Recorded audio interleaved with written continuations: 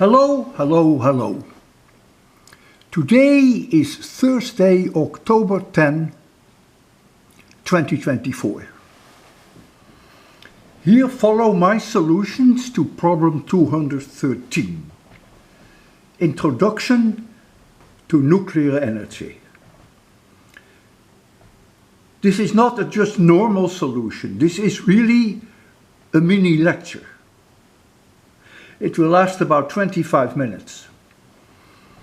If you don't want to spend the time on it, that's fine with me, but then you cannot touch any of the next 3 or 4 problems, because they will all be about nuclear energy.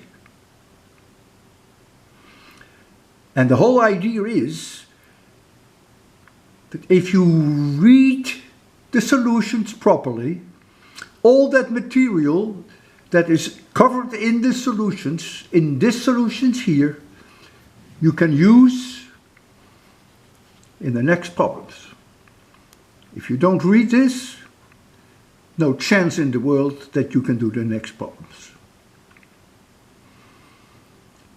The number of protons p in an atom, of course they are in a nucleus, defines the element. Most of you know that. 1 proton in the nucleus, hydrogen. 6 protons in the nucleus, carbon. 92 in the nucleus, uranium.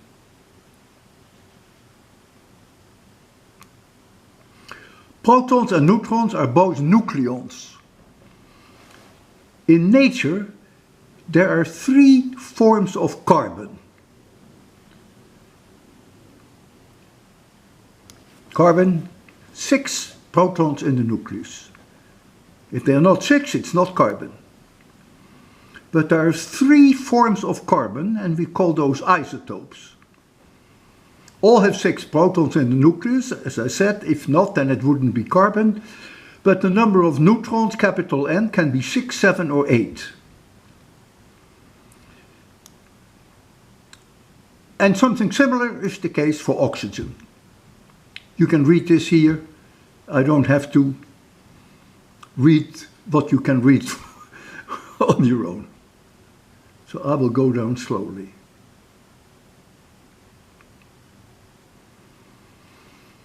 The sum of the number of protons and neutrons, they are called nucleons, all of them are called nucleons. Capital A is the atomic mass number.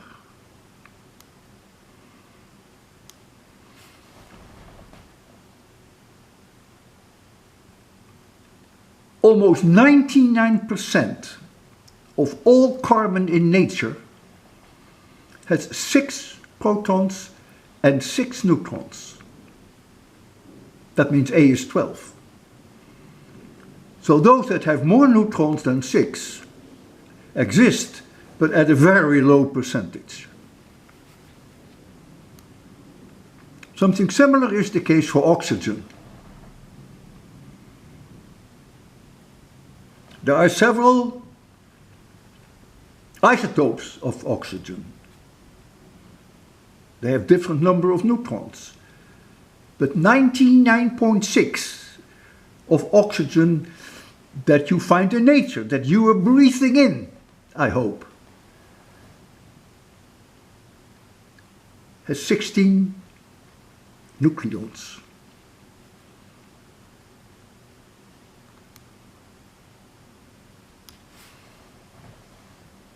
Iron, A is 56.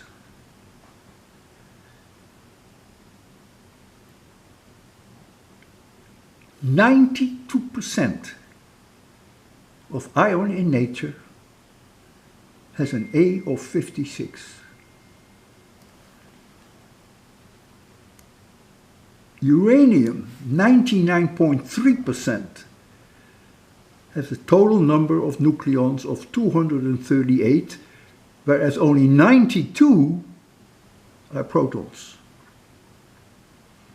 Now comes a key issue. The mass of a nucleus is always slightly lower than the sum of the mass of the individual protons and neutrons. The difference is called the binding energy. The binding energy of a nucleus is the amount of energy required to completely separate an atomic nucleus into its individual protons and neutrons. And that's the energy that holds the nucleus together. Thus, the mass goes down when a nucleus is formed out of individual protons and neutrons. The mass of the separate protons and neutrons is larger than when they are together in the nucleus. Now, protons repel each other, but when they are very close inside the nucleus, they are held together by the nuclear force.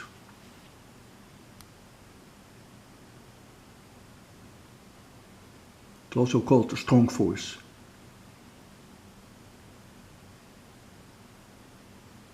Now let's take a look again at the plot of the problem. So here you see the plot.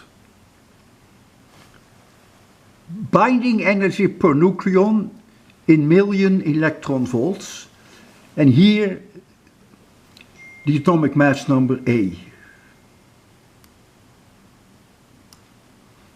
You see uranium 235 here, iron 56.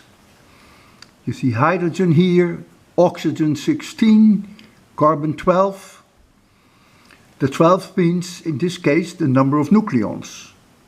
The 16 means the number of nucleons. Because the nucleus in protons, carbon has only 6. So the 235 is the total number of nucleons, but the number of protons is only 92. Now if you take a look at iron 56,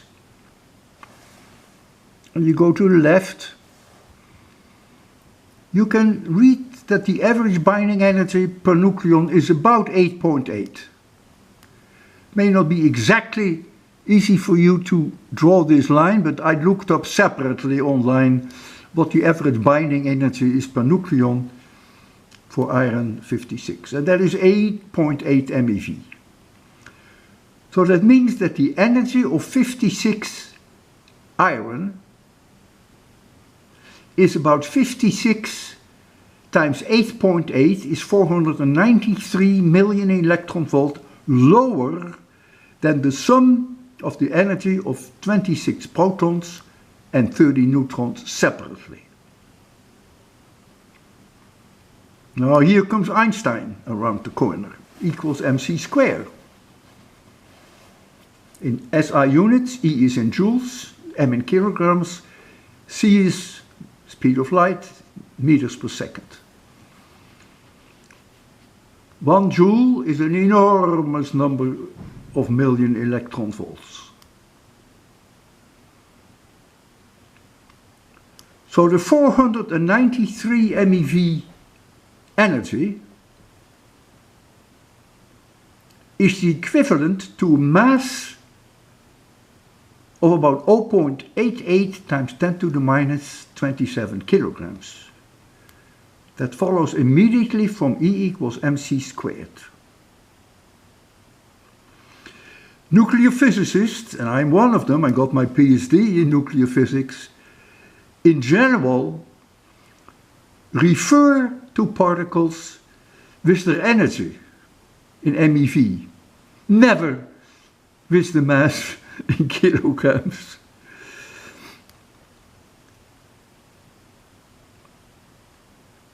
So the mass of iron 56 is 0.88 times 10 to the minus 27 kilograms lower than the sum of the masses of the 56 nucleons. In comparison, in terms of MeV, and that's the only way that we nuclear physicists think about, the energy of neutrons and protons is both very close to 1000 MeV, and the mass of an electron is 511 keV. You may say, you used the wrong word. You shouldn't say mass. We say mass. For us, the E equals mc squared. You can either choose your E or you can choose your m. They are directly connected through the c square. A nuclear physicist would say the mass of an electron is 500 kilo electron volts. Now you take oxygen 16, 8 protons and 8 neutrons. I looked up the mass of a proton, a single proton, and the mass of a single neutron, and I give you the numbers there. For oxygen 16, 8 protons and 8 neutrons, this is the total mass. However, when I look up the mass of an oxygen 16 nucleus online, then I find the number that you see right here. And that number is lower. That's because of the binding energy. The difference is 0.2202 times 10 to the minus 27 kilograms. And if we convert that to MeVs, which will please Einstein, the equivalent is about 124 MeV. Thus the average binding energy for the 16 nucleons is about 7.7, namely 124 divided by the 16, about 7.7 MeV. If you look again at the figure above, which you can do, then you will see that the O16 is plotted very close to roughly 8 MeV.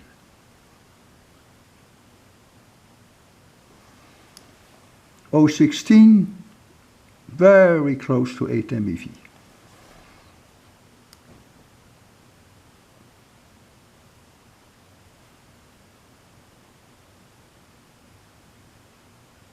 I trust that I have now thoroughly explained the meaning of the plot.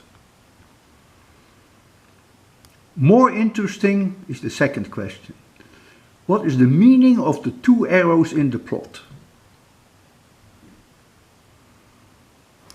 There is here an arrow to the right with the word fusion, and here is an arrow to the left with the word fission. And here is the line, the vertical line, which goes very closely to iron 56.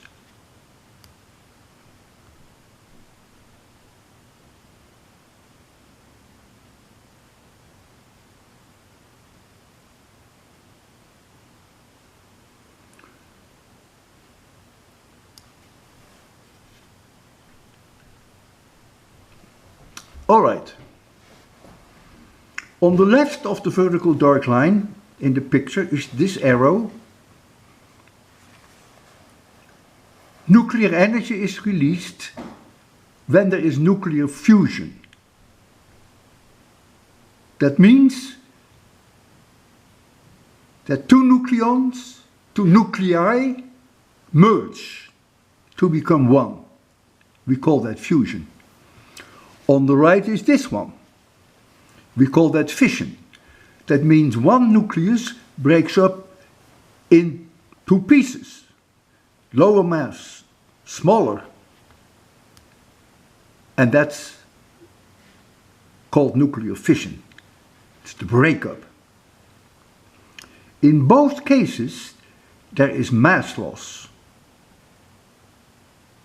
Because in both cases, the binding energy goes up. If you go from here to here, uranium-235, and you break it up in a piece here and in a piece there, then the binding energy goes up. Do you see that? The binding energy goes up. If you take hydrogen and you merge it with another hydrogen, then you come up here higher, and that means the binding energy goes up.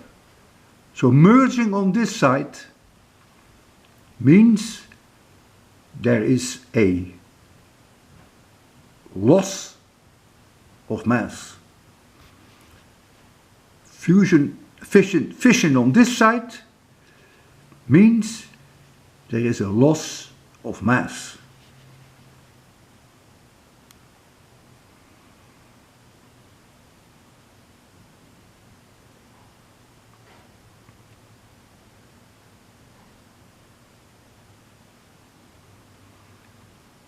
So take a look at the plot uranium-235. If the nucleus breaks up in two smaller nuclei, then the average binding energy per nucleon goes up. Thus, energy is released because the energy of the uranium-235 nucleus must be the same as the energy after the breakup. Energy is conserved. Therefore, the energy released, delta E, is delta mc squared. And delta m is the difference in mass between the U-235 nucleus and the sum of the mass of the two nuclei after the breakup. So there is mass loss. This mass loss delta m is converted into the energy delta E, which is primarily appears as kinetic energy, which is heat.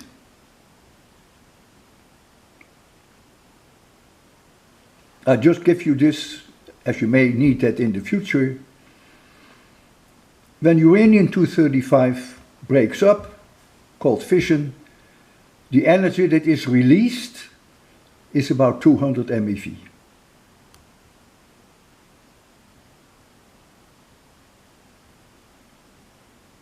It's the energy that was released by the U-235 atomic bomb thrown on Hiroshima on August 6, 1945. Breaking up massive nuclei with atomic numbers larger than about 60, which is on the right side of the dark line, releases energy. It's called nuclear fission energy. Now, uranium-235 doesn't spontaneously break up in two pieces. However, when a neutron collides with a uranium-235 nucleus, it creates an unstable uranium-236 atom. And this unstable atom then can break up into two more stable atoms, nuclei, for instance, barium-141 and krypton-92. And now comes something very important. At the same time, three more neutrons are released.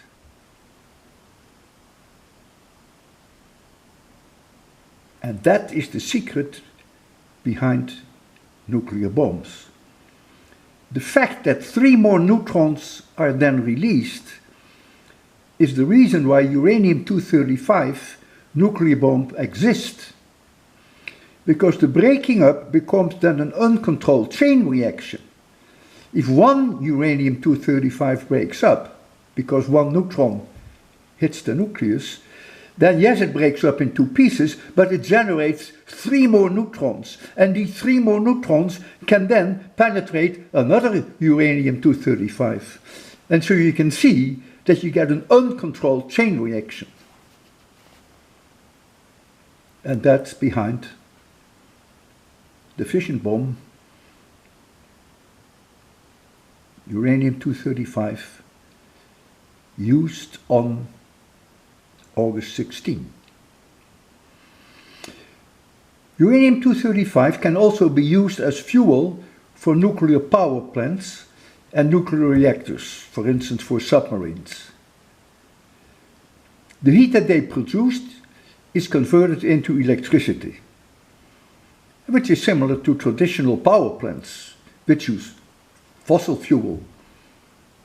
They also get hot, and they also convert that into electricity. Now only 0.72% of uranium is 235. Enriched uranium is used in nuclear bombs. The enrichment of the 235 uranium that was used in the bomb on Hiroshima was 80%. Compare that with the 0.72% that uranium-235 occurs just in nature. It was enriched, which all by itself is a complex way of physics, but that was the whole secret, of course, of making the bomb, to enrich it to 80%. Most of the about 500 commercial nuclear power reactors that are now under construction in the world use about 3 to 5% enriched uranium-235. This is known as low enriched uranium. Now, how can you prevent now that a nuclear reactor doesn't break up? That is done by using control rods inside the reactor which absorb neutrons. And that prevents a runaway explosion. And these control rods can be lowered and can be pulled up. They can go up and down. And so they can regulate and they can prevent a chain reaction.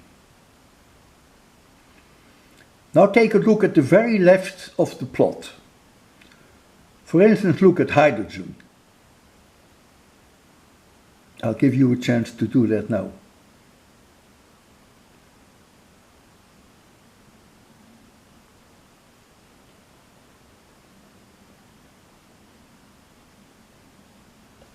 Hydrogen right here.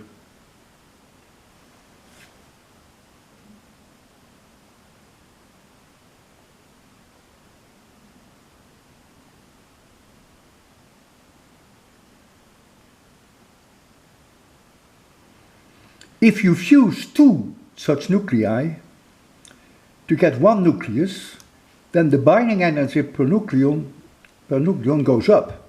Look at the figure, it goes up enormously. Thus energy is released. Again, the energy that is released is delta mc squared, where delta m is the mass loss when a single nucleus is formed due to fusion. So you have two nuclei, they merge and they form one, which is called fusion. And there is mass loss. It's called nuclear fusion energy. And this energy, delta E, primarily appears as kinetic energy of the new nucleus. In other words, heat.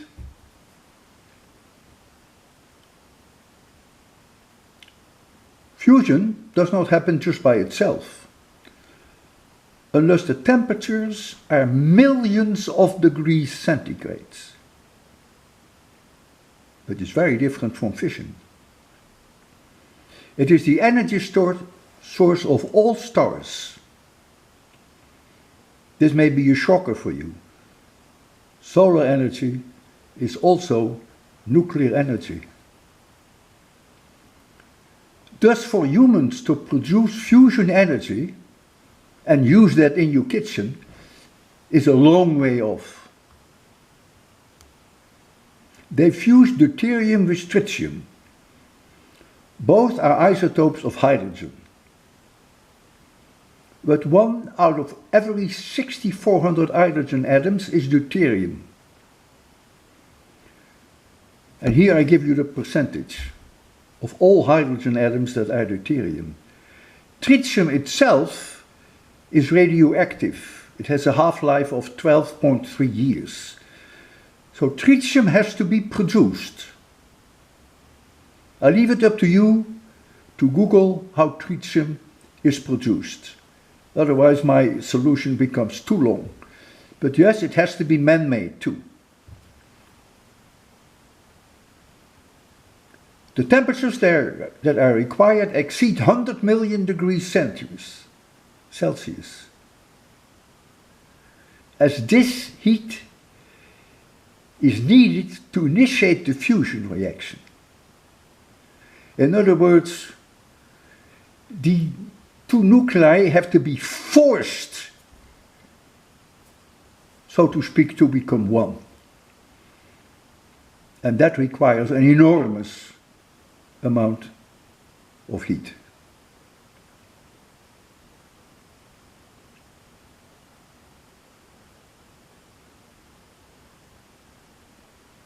So we are nowhere near fusion reactors yet.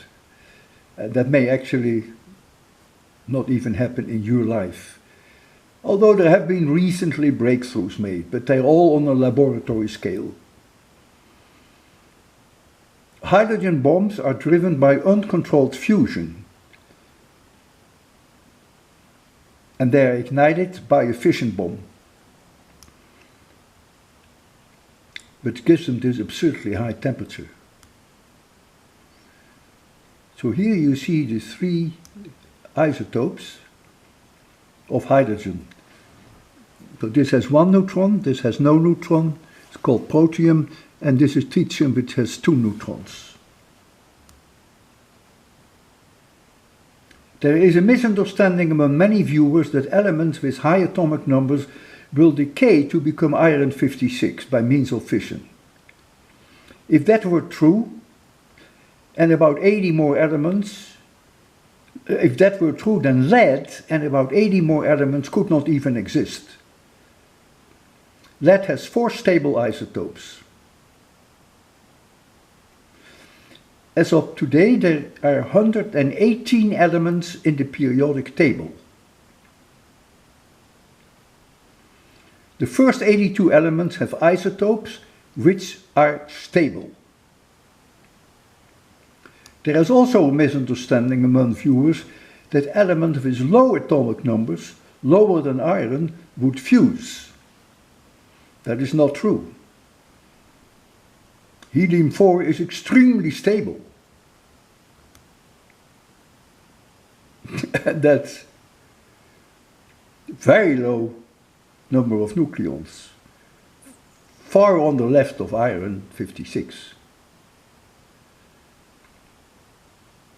Half-lives of hundreds of times larger than the age of Earth, the age of Earth is 4 billion years, cannot be excluded for many stable isotopes. The isotope with the longest known half-life is tellurium-128. Its half-life is estimated to be around 2 times 10 to the 24 years, which is significantly longer than the age of the universe. This solution was very long. It's meant as the basics for more problems on nuclear energy, which are still to come. I've tried to teach you some physics that I never covered in my lectures at MIT, but I couldn't resist because I got my doctor's degree in physics with the subject of nuclear physics.